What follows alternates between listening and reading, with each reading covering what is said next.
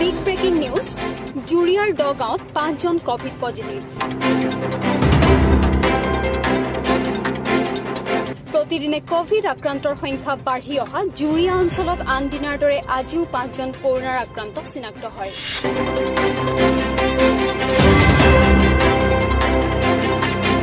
দগাঁও প্ৰাথমিক স্বাস্থ্য কেন্দ্ৰৰ চামধৰা এৰাবাৰী বজাৰত আজি প্ৰায় 70জন লোকৰ ওপৰত চলোৱা ৰেপিড এন্টিজেন টেষ্টত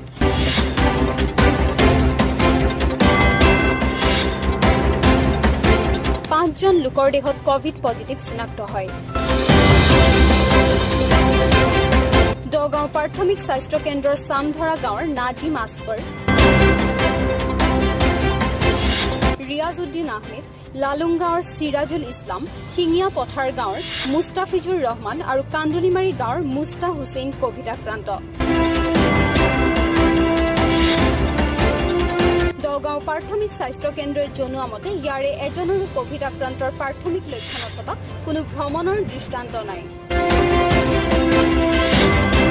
দগাঁও প্ৰাথমিক স্বাস্থ্য কেন্দ্ৰত আটাইকেইজনকে হোম কোৱাৰেণ্টাইনত থাকিব দিয়া হয়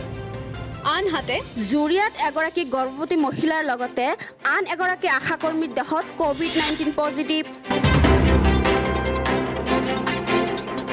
নগাঁও জিলাৰ জুৰিয়াত পুনৰ দুগৰাকী মহিলাৰ দেহত ধৰা পৰিছে কোভিড-19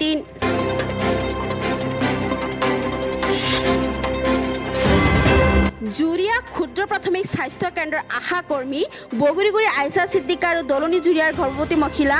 নাজিমা খাতুন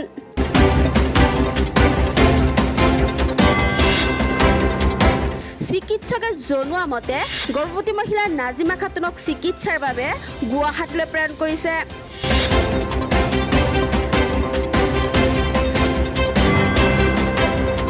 দিনক দিনে কৰোনা ৰোগীৰ বৃদ্ধি পোৱাত গণসংক্ৰমণৰ আশংকা ভুগিছে